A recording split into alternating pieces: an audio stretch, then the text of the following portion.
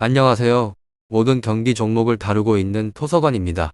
하루도 빠지지 않고 많은 경기들의 조합픽을 프리미엄 정보방에서 매일 공유하고 있습니다. 참여를 원하시는 분들은 영상 하단 댓글 보시면 오픈 채팅 링크 있으니 문의 주시길 바라며 구독과 좋아요 한 번씩 부탁드리겠습니다. 그럼 이번 경기 정보 시작하겠습니다.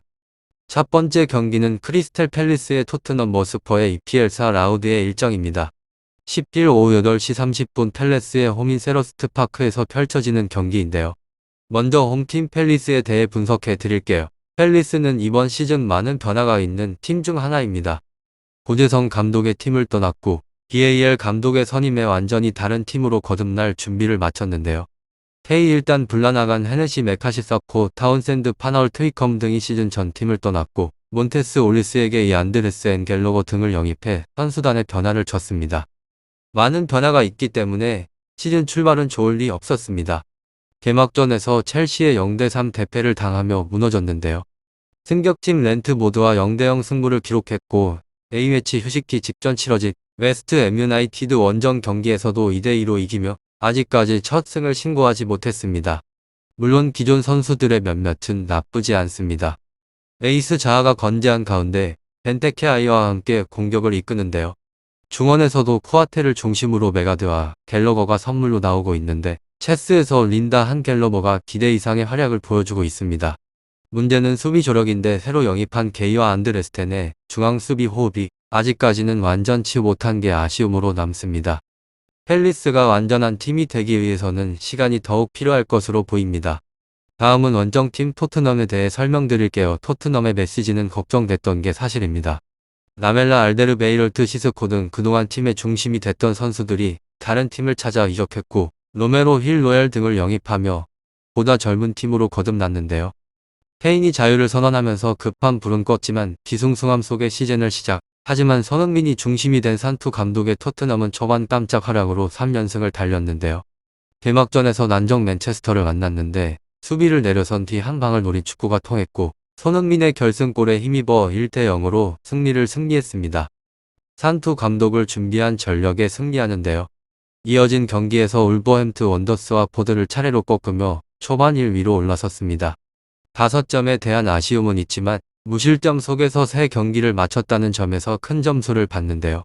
특히 베르바인과 알리의 부활이 인상적이라는 평가를 받습니다. 헌데 이번 팰리스는 위기로 평가됩니다.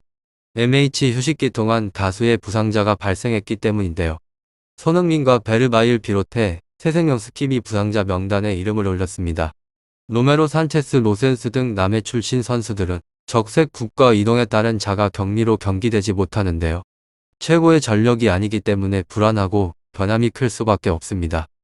토트넘 입장에서 100% 전력을 쏟지 못하기 때문에 불안한 게 사실입니다.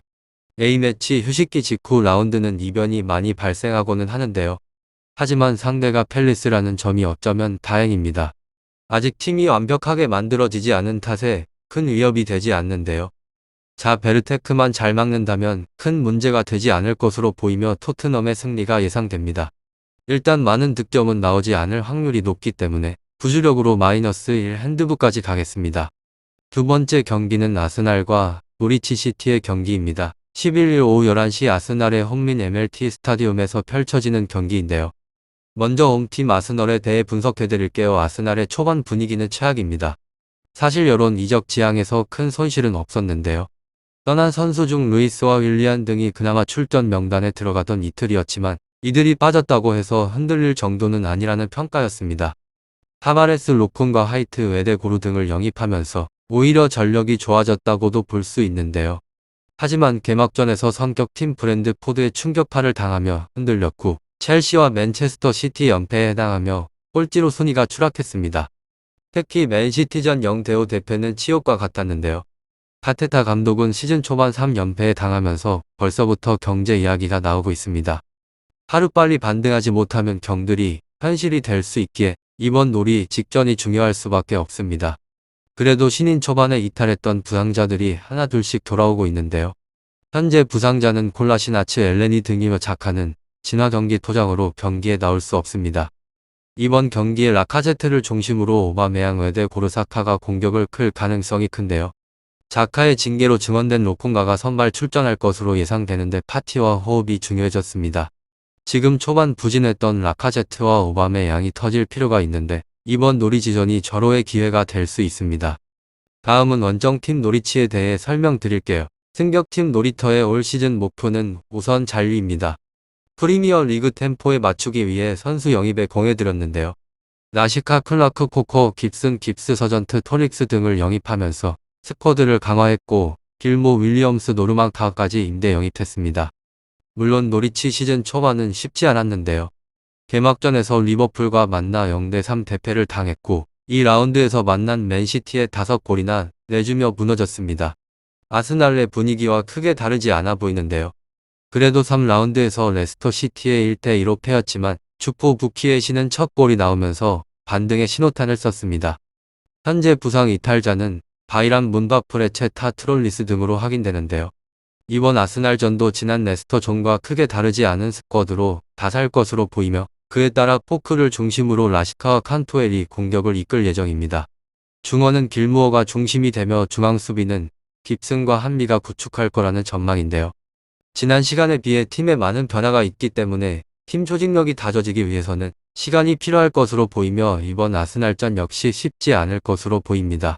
멸망전으로 불립 경기입니다. 아스날과 노리치는 22화 19일에 머물러 있으며 이 병금기의 패지가 4연패 늪에 빠짐과 동시에 꼴찌로 추락하게 되는데요. 더 도끼를 품은 쪽은 당연히 아스날입니다. 아르테타 감독이 경제위기에 놓였기 때문에 이번엔 반드시 승리해야 되는데요. 한 가지 긍정적인 점은 1992년 이후 아스날이 홈에서 놀이터 상대로 패배가 없다는 것입니다. 이번 경기는 더 간절할 수밖에 없는 아스널의 승리가 예상되며 -1 현재 승까지 보이는 경기입니다. 유익한 정보가 되셨다면 구독과 좋아요 한 번씩 부탁드립니다. 그리고 최종 조합과 정답지는 항상 프리미엄 정보방에서 항상 공유하고 있으니 참고해 주시고 이번 영상 마무리하겠습니다.